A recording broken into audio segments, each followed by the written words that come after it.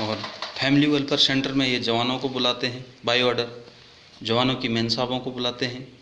जवानों की मैडम अगर नहीं आई तो उनको धमकी दे दी जाती है, आपके हस्बैंड को हम बोरी बिस्तरा गोल करवा देंगे। ये कौन सा लैंग्वेज, कौन सी भाषा है? आप जवानों की मैडम, जवान ने किसी कारणवश अपनी फैमिली रखी है, अपने बच्चे रखे हैं, किसी समस्या की वजह से घर में हालात ठीक नहीं है या कुछ दुख बीमार है, चलो मिलिट्री हॉस्पिटल में इलाज हो जाएगा, जवान लाता है अपनी परेशानी से, लेकिन उसको फैमिली वेलफेयर सेंटर में स्ट्रेच किया जाता है, क्योंकि इनकी मेन साहब लोगों को भी कमांड करनी है। इनकी मेन साहब लोगों को कमांड करने के लिए चाहिए, क्योंकि घर में खाना बनाने के लिए जवान है, जूता पॉलिश करने के लिए जवान है, घर की सफाई करने के लिए जवान है। 20 से 25 से 30 जवान तक इनके घरों में लगे रहते हैं, जो कि एक सबसे बड़ा घोटाला है, सबसे बड़ा भ्रष्टाचार है। इस पर कोई नज़र नहीं रख रहे लोग, इस पर कोई बोलने को खुश नहीं है, लेकिन हम बोलेंगे, हम छोड़ेंगे नहीं। इनकी मेन साहबों की जो दादागिरी सेना में चल रही है अफसरों की, इन अफसरों ने अपनी मेन साहब लोगों को आगे कर रखा है। कहीं भी अगर कोई वीआईपी अफसर आता है तो जूनियर अफसर अपनी मेन साहब को, लोगों को वहाँ रिसेप्शन में भेज देंगे। इस प्रकार से इन लोगों ने अपनी एक यूनिटी बना रखी है। सीनियर अफसर से जूनियर अफसर तक सब एक हैं, ये मिले हुए हैं। इन्होंने सेना के अंदर फैमिलीवाद फैला रखा, परिवारवाद फैला रखा है।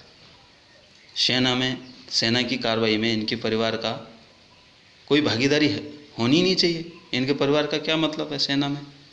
इनके परिवार, इनके बच्चे, इनकी फैमिलियाँ, इनकी मेन साहब लोग यहाँ कमांड कर रही हैं, उनका चल रहा है यहाँ। यहाँ वो बोलेंगे वो होगा, वो किसी को जवान को बोलेंगे इसको वहाँ भेजो, तो साहब अफसर उसी को वहीं भेजता है। क्यों? इन मेन साहब लोगों का बोलबाला है सेना के अंदर। सेना तो इन मेन साहब लोगों की उससे चल रही है। कहाँ से सफल हो सकती है? कहाँ से सक्सेस हो सकते हैं हम लोग? इनकी फैमिलियाँ कमांड कर रही हैं, जिनको कि फ़ौज के बारे में कुछ पता ही नहीं है। वो जवानों को ब्लडी बोलती हैं, उनको सलामी मारनी पड़ती है, उनको सलूट मारना पड़ता है मेन साहब लोगों को। ऑफिसर बोलता मुझे मारो मत मारो, मेरे मेन साहब को सलूट मारो। तो ये कौन सा काम करवा रहे हो आप हमसे? हम आपकी मेन साहब को सलूट मारें तो आप भी मारो हमारी मैडम को सलूट। आप हमारी मैडमों को वहाँ फैमिली वेलफेयर सेंटर में डांस करने को बोलते हैं, आपकी मेन साहब लोग हंसती हैं। आपके बड़े सीनियर अफसर आते हैं, जूनियर जवानों की मेन साहब वहाँ डांस कर रही हैं, नाच रही हैं। ये कौन सा तरीका है आप लोगों का? क्यों इतना परेशान कर रहे हो जवानों को? ये फैमिली वेलफेयर सेंटर क्यों चला रहे हो आप लोग? दादागिरी दिखाने के लिए, जवानों को चक्कर कटाने के लिए? उनकी मेन साहब लोगों को क्यों परेशान कर रहे हो? वो कोई इलाज के लिए आए हैं, कोई प्रेग्नेंट हैं, किसी के घर में समस्या कुछ है, और यहाँ आप लोग बाय ऑर्डर उनको तंग कर रहे हो। ऑर्डरों में देते हैं, अगर कल फलाने की मैडम वहाँ पे नहीं आई सिलाई मशीन चलाने के लिए, तो वो बिस्तरा अपना गोल कर लेगा और यहाँ से चल देगा, यानी उसको तुरंत पोस्टिंग कर दी जाएगी। इनकी फैमिलियों की, इनकी मेन साहब लोगों की ऐसी पावर चल रही है यहाँ पे। जवान को तंग करने का इन लोगों ने, पूरे परिवार ने, अफसर के पूरे परिवारों ने ठेका ले रखा है। इन्होंने अपनी घर की खेती समझ रखा है फ़ौज को। इनके घर की खेती है फ़ौज। इनका पूरा यूनिटी बनी हुई है, यहाँ से वहाँ फ़ोन चला जाता है, वहाँ से यहाँ फ़ोन चला जाता है। अगर किसी जवान को यहाँ से ये पोस्टिंग भेज भी देंगे तो वहाँ पहले ही इनका फ़ोन चला जाएगा, देख लेना भाई फलाना बंदा आ रहा है, उसको भेज रहा हूँ, उसको देख लेना। इसका क्या मतलब होता है? इसके मतलब जवानों को अफसरों से खतरा है, जवानों को अफसरों से खतरा है। इनकी यूनिटी बनी हुई है, जवान कुछ बोल नहीं सकता इनको, अपने हक की लड़ाई भी जवान नहीं लड़ सकता। इनकी मेन साहबों की चमचागिरी करो, इनके लिए गाड़ियाँ लागू हैं। एक फ़ोन करती हैं, 2 सेकंड के अंदर इनके पास गाड़ी पहुंच जाती है। ऐसी हालत कर रखी है इन्होंने फ़ौज की। यह हालत है आज सेना की। जवान गाड़ी मांगेगा, नहीं मिलेगी। जवान को गोली भी लग जाएगी ना, तब भी गाड़ी नहीं मिलती। मरने दो बोला, शहीद हो जाएगा। लेकिन मेन साहब बोले कि मेरे पेट में दर्द है, तो 2 सेकंड में गाड़ी आ जाएगी। इनकी मेन साहब को प्रियोरिटी है, जवान को प्रियोरिटी नहीं है। जबकि हकीकत में भारत सरकार जवान को दे रही है, इनकी मेन साहब लोगों को नहीं। लेकिन यहाँ चल रहा सारा उल्टा, सिस्टम पूरा उल्टा चल रहा है। आप क्लोथिंग में देखो, क्लोथिंग में कितना घोटाला है। हम पूरी क्लोथिंग खरीद के पहन रहे हैं, एक भी कपड़ा हमारा स्टोर का नहीं है, सरकारी नहीं है, सारा खरीद के पहन रहे हैं। तो फिर ये क्लोथिंग इशू हो क्यों रहा है? ये घोटाला नहीं है? इसकी जांच नहीं होनी चाहिए? जब हमारे पहनने में वो सामान आ ही नहीं रहा है क्लोथिंग वाला, तो क्यों इशू कर रहे हो? बेफालतू का क्यों खर्च कर रहे हो? गवर्नमेंट को क्यों नुकसान में डाल रहे हो? गवर्नमेंट का क्यों खर्चा कर रहे हो इतना, जब हमने कोई पहनना ही नहीं? हमने अगर कोई सरकारी पहन भी लिया तो अफसर उस पर उंगली उठा देता है, ये कौन सा कपड़ा है तेरा? तो क्यों हमें इशू कर रहे हो आप? जब हमने वो क्लोथिंग पहनना ही नहीं है तो इशू क्यों कर रहे हो हमें? बेवकूफ़ बनाने के लिए, गवर्नमेंट पर चूना लगाने के लिए सारे मिले हैं, सब घोटाले हो रहे हैं। क्लोथिंग पे भी घोटाला हो रहा है।